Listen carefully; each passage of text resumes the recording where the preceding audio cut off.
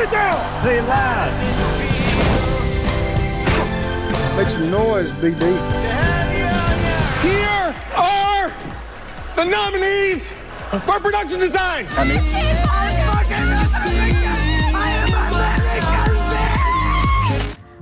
Hai Mon Lovers, how are you?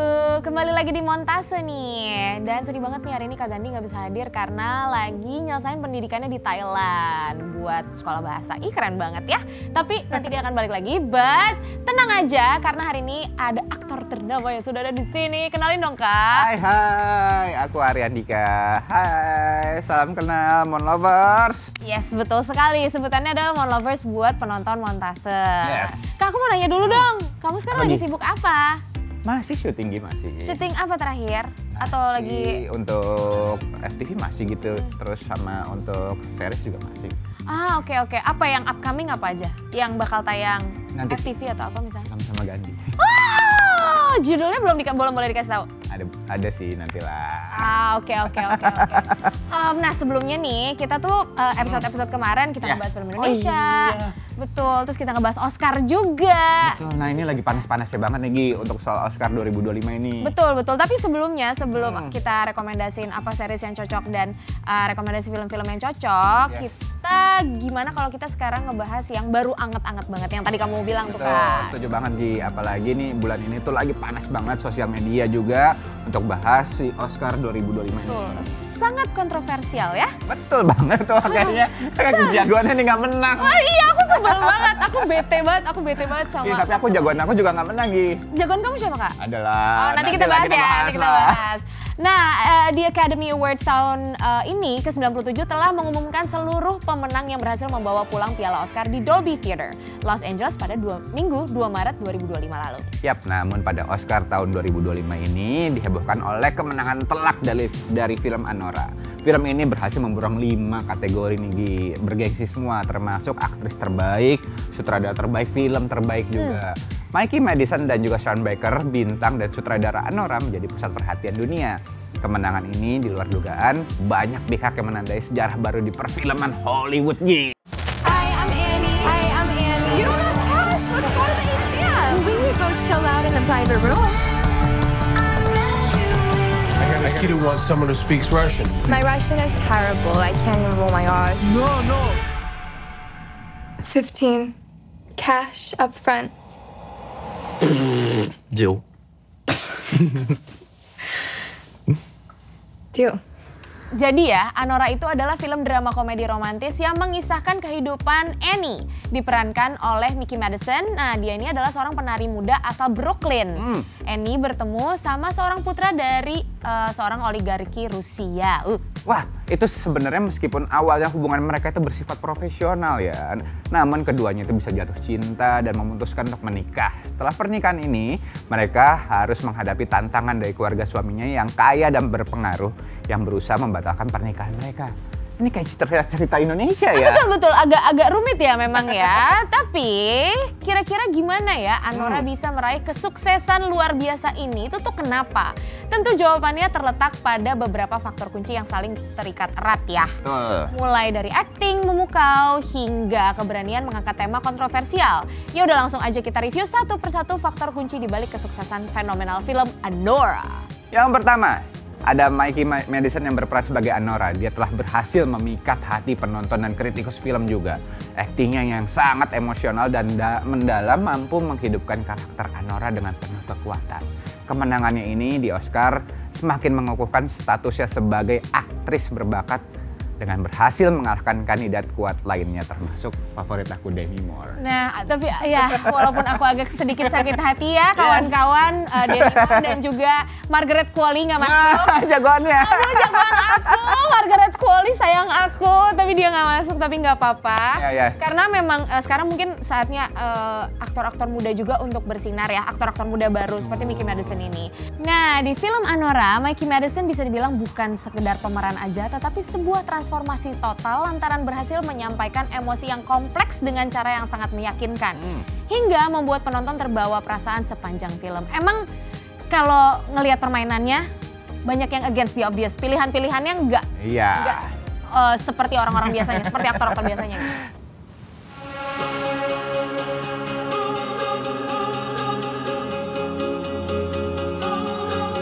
3 carats. What about 4 or 5 or 6? Dan kunci keduanya itu adalah kisah yang universal yang dikemas menarik meskipun mengangkat tema kontroversial yakni hubungan antara pekerja seks dan putra oligarki Rusia. Namun Anora mampu menyentuh hati para penonton dari berbagai latar belakang. Cerita yang unik dan universal tentang cinta, keluarga, dan juga perjuangan meraih kebahagiaan menjadi daya tarik film ini nih, Gi. Betul. Dan keberhasilan Anora dalam menyampaikan pesan universal menunjukkan kekuatan cerita yang kuat dan mampu menembus batasan budaya dan sosial. Ya bener banget sih memang. Like, what do you do to get all of this? I am telling you, you do not know this guy. Vanya? Film ini juga berani mengangkat tema yang jarang diangkat dalam film-film pemenang Oscar yang sebelumnya, yaitu mengangkat eksplorasi seksualitas perempuan dan hubungannya dalam konteks sosial tertentu. Meskipun kontroversial, justru keberanian ini yang menjadi pembeda dan daya tarik tersendiri nih, Gi. Nah, Mon Lovers, keberanian film ini dalam mengangkat tema sensitif menunjukkan komitmen untuk menghadirkan cerita yang otentik dan relevan dengan realitas sosial yang mana tidak takut untuk membahas isu-isu tabu. And the Oscar goes to Mikey Madison. Oh, Anora. The Darryl F. Zanuck Award for Outstanding Producer of Theatrical Motion Pictures goes to Anora. Anora. Sean Baker! Sebelum meraih kesuksesan di Oscar, Anora ini telah meraih penghargaan bergengsi lainnya juga, Gi. Film ini juga telah memenangi Darryl F. Zanuck Award untuk film terbaik di PGA Awards 2025. Keren. Well deserved sih ya sebenarnya. Dan sebenarnya kemenangan Anora ini juga nggak begitu mengejutkan. Semenjak penayangan perdana di Cannes Film Festival Mei kemarin itu, Anora telah mengumpulkan begitu banyak penghargaan mulai dari Palme d'Or di Cannes Film Festival hingga Best Picture di Critics' Choice Movie Awards. Ini menurut aku, ini ya, Cannes Critics' Choice. Aku nggak bilang salah satu rendah dari yang lain, atau salah satu bergengsinya sama-sama bergengsi, tapi ini satunya komersial banget, yang satunya indie banget gitu loh. Tapi walaupun ini untuk segi gengsinya si Festival Film Cannes juga itu kan sangat gengsi banget. Betul. Ya, bahkan di Critics' Choice Award, film yang didistribusikan oleh Neon ini hanya memenangi penghargaan teratas, Gi.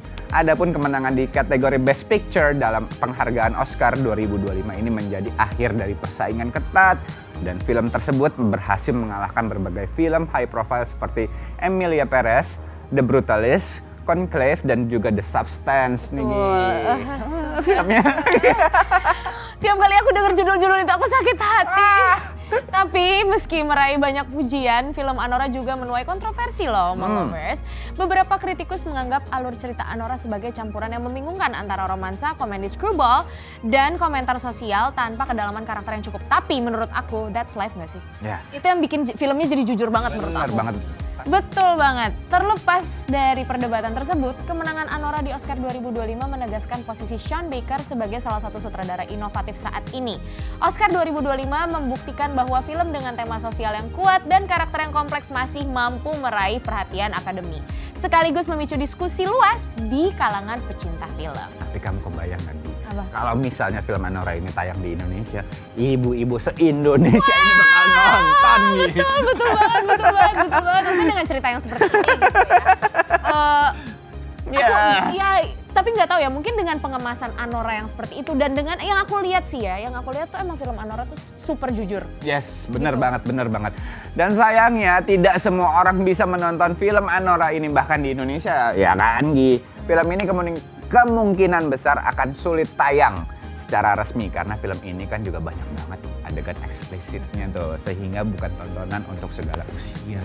So down the road, just you and I to find battery, live and let die. Timothée Chalamet is up for Best Actor tonight. Bob Dylan wanted to be here tonight, but not that badly. Anyway, BTW kemarin sebelum pengumuman ini kan nominasi udah semuanya apa segala macam, kamu jagoin siapa, Kak? Untuk siapa nih? Best Actor. Best Actor aku Timothée Chalamet. Dengan transformasinya dia untuk jadi siapa sih penyanyi itu? Penyanyi ya? Apa sih? David Bowie? No. No. Coba aku lupa. Ya pokoknya itu. Dengan transformasinya. Aku suka banget karena memang kalau menurut aku seorang aktor untuk merubah transformasi dia menjadi seorang aktor yang memainkan karakter yang dia akan bangun, apalagi ini biopik. Nah, ini tuh keren banget sih. Oke. Kalau kamu? Kalau aku sebenarnya Actor, ini aku nggak tahu ya kenapa aku lebih iya, aku tahu pasti kamu lebih berpusat sama si Best Actor ini karena rapet banget. Ini persaingannya rapet banget. Ada Adrien Brody, Colman Domingo, Timothée Chalamet, Ralph Fiennes. Ya, tapi ngebahas si Adrien Brody ini juga kan, dia kan juga dengan ya walaupun dia menang, dia juga dia kasih tahu bahwa accent Denmarknya juga nggak bisa banget gitu dan didukung sama teknologi AI. Yes. But it's okay, namanya juga kolaboratif ya kalau kita ngomongin film kan. Tapi sebenarnya jagoan aku adalah Colman Domingo di Sing Sing. Secara film, aku suka banget. Dan secara, ya Allah, Tuhan, Colman Domingo. Kalau film apa aja? Film, aku suka yang mungkin karena aku belum semuanya nonton gitu kan, makanya aku penasaran banget sama si Anora. Cuman aku udah beberapa kali ngeliat trailernya juga, itu sangat-sangat menarik gitu lagi. Mungkin yang aku akan lihat banget si Demi Moore sih. Substance ya? Sama, kita satu suara kalau itu. Kalau kamu, satu suara juga, The Substance? Satu suara, aku The Substance. Ya, sebenarnya ada pilihan yang memang tidak ada di Oscar. Aku suka banget Civil War, one of the best films 2024 menurut aku. Jadi itu nggak masuk, aku agak lebih sakit hati ya. Anyway, kalau tadi kan kita udah ngomongin Anora nih mendominasi di Oscar dengan membawa 5 penghargaan. Tapi itu 5 penghargaan itu rekor lagi. Betul banget. Ngalahin si filmnya Disney yang waktu itu dapat 4 loh. Apa ya? Disney. Waktu itu dia itu dalam sejarahnya Oscar, Disney itu memecahkan rekor 4 film. Tapi yang berbeda ya. Anora ini bisa Best Picture bisa dapat 5 penghargaan dalam satu film, itu luar biasa banget. Pusing banget. Tapi ada juga nih yang pulang dengan tangan kosong alias tanpa piala. Nah, mereka ini harus menerima kenyataan pahit setelah sempat menjadi unggulan di nominasinya. Namun ternyata akhirnya kalah. Dan aku sudah merangkum 5 kekalahan mengejutkan di Oscar 2025. Tahu siapa aja? Nangis dulu ya. Pertama nih, ada Demi Moore. By the way, Demi Moore itu kan belum pernah menang Oscar kan? Iya, bener banget. Tapi dia menang di SAG Award, I guess ya. Tapi untuk sekelas Oscar, dia itu belum pernah menang. Ya, aktris kelahiran 11 November 1962 itu sempat menjadi jagoan utama di kategori Best Actress untuk film The Substance setelah memborong piala di Golden Globe Critics' Choice dan juga SAG Award. Yes, betul sekali.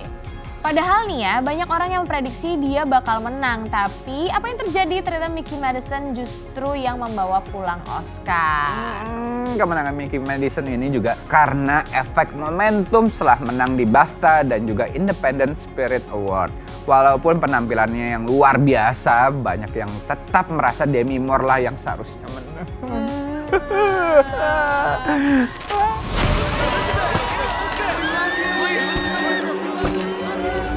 People always ask for something new.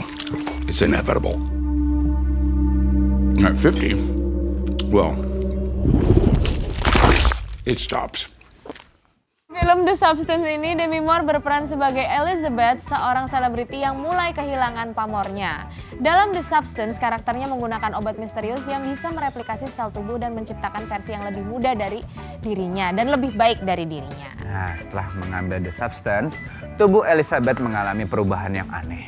Versi mudanya bernama Sue yang diperankan oleh Margaret Qualley muncul secara harfiah dari dalam dirinya. Elizabeth juga harus menjaga keseimbangan antara dirinya dan Sue. Tapi sayangnya Sue juga mulai lepas kendali dan efek samping dari obat itu mulai menyerang tubuh Elizabeth, mengubahnya jadi sosok yang sangat menjijikkan. Penasaran gak sih, Gi? Banyak. Aku udah nonton. Aku belum nonton. Bagus banget kakak. Bagus banget. Bagusnya kayak di luar nalar menurut aku dan fun. Ini adalah body horror yang mungkin kalau misalnya orang yang nggak suka yang gory, ini nggak fun sama sekali. Tapi buat pecinta gory, comedy, dark comedy. This is so fun. Ya walaupun agak sakit kepala ya. Bayangin aja, di beberapa bagian film tubuh Demi Moore terlihat bungkuk tanpa rambut dengan luka-luka yang terus terbuka dan bernanah di tulang punggungnya. Lututnya juga terlihat kayak paha ayam dengan urat yang biru yang menyembul keluar. Efek prostetik ini bikin ngeri, tapi juga bikin kita nggak bisa berhenti nonton. Itu yang aku rasain. Wow. Jadi film The Substance ini nggak hanya memperlihatkan sisi gelap dari kecantikan dan ketakutan akan penuaan, tapi juga menegaskan totalitas Demi Moore sebagai aktris. Siap-siap aja habis nonton film ini, kamu mungkin bakal mikir 2 kali soal konsep kecantikan dan juga masa muda. You tramped all the way from Minnesota. Why is that? I wanted to catch a spark. In the North Country Fair. They say no one wants to hear what a kid wrote last month. Well, I like your songs. Where the winds hit heavy on the borderline. Who wrote this? He did. Berikutnya nih ya, bayangin udah masuk 8 nominasi tapi tetap gak menang 1 pun. Ya apalagi kalau bukan film A Complete Unknown yang menceritakan tentang kisah awal karirnya Bob Dylan yang awalnya diunggulkan banget. Selain Best Picture, film ini juga bersaing di kategori Best Actor, Best Supporting Actor, dan juga Best Supporting Actress. Best Adapted Screenplay, juga Best Director, juga Best Costume Design, dan Best Sound. Ya. Semuanya tuh, ya, Bi. benar-benar semuanya jadi nominasi tapi sedih banget Ada ya. yang menang. Bahkan sempat ada harapan besar setelah Timothée Chalamet menang Best Actor di SAG Awards seminggu sebelumnya. Nah, dia tuh udah pede banget bahwa dia tuh pasti menang di Oscar. Iya, karena dia sempat di speech-nya dia sempat ngomong kan kayak aku ngerti maksud speech-nya di mana ini adalah saatnya di mana anak-anak muda menjadi confident dan pursuing greatness gitu. Betul, tapi ternyata semua prediksi itu meleset dan film ini gagal total di Oscar. Mirip banget sama Elvis yang 2 tahun lalu juga 0 besar, padahal masuk 8 nominasi. Beberapa teman-teman aku yang ngasih tahu aku soal Conclave, aku belum sempat nonton karena habis promo film aku. Sedih banget aku belum sempat nonton. Semua orang bilang penulisan skripnya bagus banget. Penasaran. Ini harus nonton banget. Betul. Dan yang bikin sedih lagi, Ralph Fiennes yang menjadi main actor Conclave harus menerima kekalahan. Dan ini udah ketiga kalinya dia masuk nominasi Best Actor, tapi tetap nggak berhasil menang. Dan tahun ini adalah tahunnya Adrien Brody nih yang berhasil membawa pulang piala, menambah koleksi Oscar untuk kedua kalinya. Gelo ya. Tapi nggak ada yang lebih gila dari Tom Hanks sih. 93-94 menang 2 kali berturut-turut buat aku lupa Forrest Gump sama Philadelphia kalau nggak salah itu bagus banget. Nah, Conclave ini mengusung genre misteri dengan konspirasi, diangkat berdasarkan novel bertajuk sama karya Robert Harris yang diterbitkan pada 2016.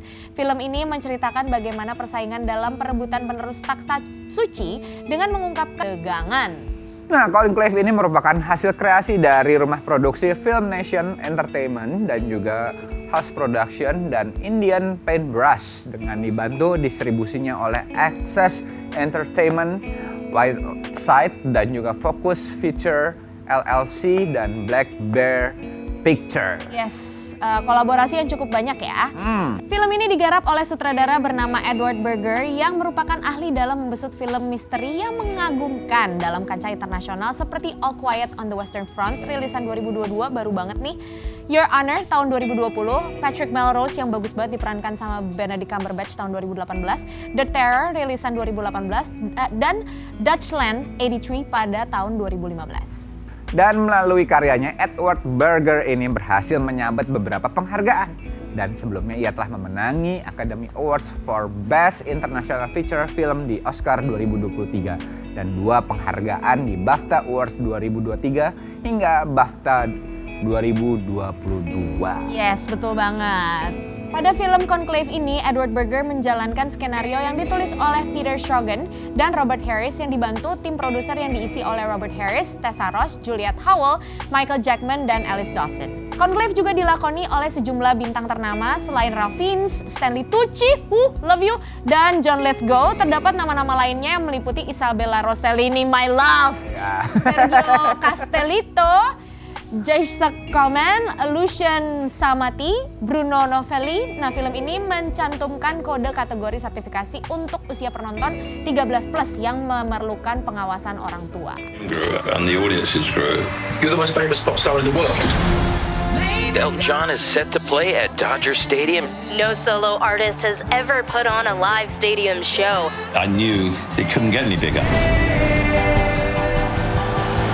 Berikutnya ada juga legenda hidup Elton John yang kembali masuk nominasi Best Original Song lewat lagu Never Too Late dari dokumenter Elton John Never Too Late. Dan seharusnya ini jadi kemenangan mudah untuk Elton John, tapi ternyata nggak menang. Lagu Elmal dari Emilia Perez justru yang keluar sebagai pemenang.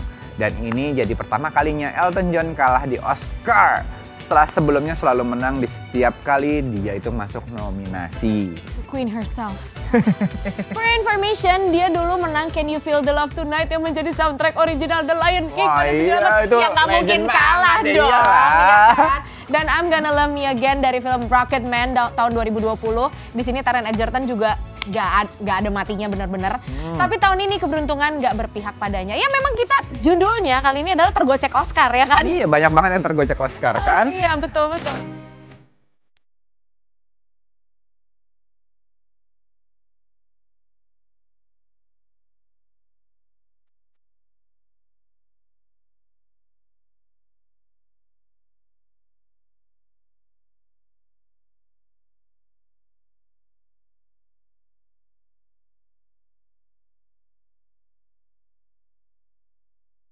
Senasib dengan Elton John, Dan Warren juga paling sering masuk nominasi, tapi juga lagi-lagi gagal untuk menang. Komposer legendaris itu kali ini kalah lewat lagunya The Journey dari The 688, Elmal dari film Emilia Perez yang bikin dia gagal menang. Sama seperti Elton John. Sedih banget. Kekalahan ini bikin Warren mencetak rekor 16 kali masuk nominasi tanpa kemenangan. Banyak. Enggak, tapi agak sedih gitu loh. Yeah. Dan dia sekarang bersanding dengan Greg P. Russell, ahli sound mixing sebagai nomini Oscar terbanyak yang belum pernah menang juga. Mungkinkah Oscar ke-98 tahun depan bakal jadi momen keberuntungannya? Kita lihat aja nanti ya. We'll see. Oh iya, Lovers tadi kita juga udah bahas nih film Anora yang mendominasi di Oscar 2025. Masih ada beberapa penghargaan lainnya, yaitu dari kategori aktor pemeran utama terbaik yang diraih oleh Adrien Brody. Dan juga yang berperan dalam film The Brutalist. Yes. Kayaknya aku gak semangat tuh bilang Adrien Brody. Apalagi dengan kontroversi speech 5 menit ya dia ya. Cillian Murphy dari yang kayak sampai... Yes, benar banget. Film The Brutalist juga memenangi 2 penghargaan lainnya, yaitu Best Cinematography dan Best Original Score. Lalu ada Kieran Culkin yang membawa pulang Oscar sebagai aktor pendukung terbaik lewat perannya dalam film A Real Pain. Serta Zoe Saldana ini dia favorit. Oscar sebagai aktris pendukung terbaik melalui perannya dalam film Emilia Perez. Dia speech-nya aku mau nangis banget sih. Maksudnya terlihat how grateful she was when she got the Oscar.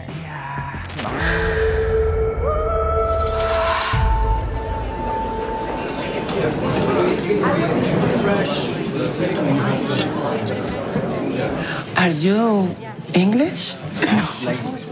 No, I'm not English. Why? No, because you are pretty. Dan nyambung soal Emilia Perez tadi, menariknya film ini berbeda nasib dengan di Oscar yang bisa dibilang tidak mendominasi. Sedangkan sebelumnya film ini berhasil meraih 5 penghargaan di 10 nominasi ajang Golden Globes 2025. Betul. Di antara penghargaan tersebut terdapat kategori Best Motion Picture Non-English Language dan Best Motion Picture Musical or Comedy. Selain itu, lagu Mi Camino dari film Emilia Perez berhasil mendapatkan penghargaan Best Original Song. Aktris Carla Sofia Gascon yang berperan sebagai Emilia menjadi pusat perhatian. Ia menciptakan sejarah sebagai wanita transgender pertama yang meraih penghargaan Best Performance by an Actress in a Motion Picture, Musical or Comedy. Nah, film ini mengisahkan perjalanan seorang pengacara Meksiko yang membantu seorang bos kartel untuk menjalani transisi menjadi wanita. Disutradarai oleh Jacques Audiard, di film ini mengeksplorasi isu gender dan identitas dengan sangat mendalam. Penampilan Carla Sofia Gascon sebagai Emilia dan Zoe Saldana sebagai Rita Mora Castro menjadi sorotan utama pada malam penghargaan tersebut. Namun keberhasilan Emilia Perez ini memicu perdebatan di kalangan penonton. Banyak pengguna media sosial yang berpendapat bahwa film ini tidak pantas dibandingkan dengan pesaing-pesaingnya, seperti Wicked dan juga Anora. Bahkan tagar #Golden Globes sempat menjadi trending di media sosial akibat diskusi yang sangat sengit ini. Selain itu, banyak yang meragukan kredibilitas Golden Globes tahun ini. Tagar Golden Globes 2025 dan Emilia Perez bahkan sempat menjadi topik yang banyak dibicarakan. Kontroversi seputar film Emilia Perez ini tidak dapat dipisahkan dari tema yang diangkat. Karena karya ini menggabungkan elemen drama hukum dengan isu sosial yang dianggap oleh sebagian penonton terlalu berani untuk diterima secara umum. Alur ceritanya yang dinilai kurang kuat dibandingkan dengan film-film lainnya seperti Wicked juga menambah kritik yang dialamatkan kepada film ini, Gi. Yes, benar banget. Nah, tapi sebenarnya aku bukan mau berkomentar soal itu sih, tapi the actress herself, Carla Sofia Gascon dulu punya sejarah yang kurang menyenangkan ya, karena di Twitter itu sempat jadi omongan gitu. Nah, selain itu keputusan untuk meraih penghargaan dalam kategori Best Motion Picture, Musical or Comedy menjadi sorotan utama. Banyak pihak berpendapat bahwa Wicked yang merupakan adaptasi musikal yang sangat populer lebih pantas untuk mendapatkan penghargaan tersebut. Betul banget, Wicked ini kan udah legend banget, Gi. Betul. Tapi mungkin ya secara isu, intinya film ini tuh dicap berani mengusung tema yang provokatif mengenai gender dan juga identitas, yang kemudian memicu diskusi di antara para penontonnya. Sementara sang sutradara Jacques Audiard mengungkapkan bahwa tujuan dari karya ini adalah untuk menantang norma-norma yang ada serta memberikan sudut pandang yang segar. Justru ia berharap melalui film ini penonton dapat melihat sesuatu yang berbeda dan merenungkan makna yang lebih dalam dari cerita yang disajikan. Betul banget. Wah, udah nggak kerasa nih, udah setengah jam. Kita bahas keramaian di ajang-ajang penghargaan film bergengsi. Betul, emang nggak cukup ya cuma setengah jam. Sepertinya setelah ini kita bakal ngobrol lagi nih soal ini. Betul. Nah, kira-kira nih nextnya kita bakal bahas apa aja ya. Maka dari itu terus saksikan Montase bareng sama Gigi dan juga Ari. Hanya di Allplay Entertainment, IndiHome TV by Telkomsel. See ya!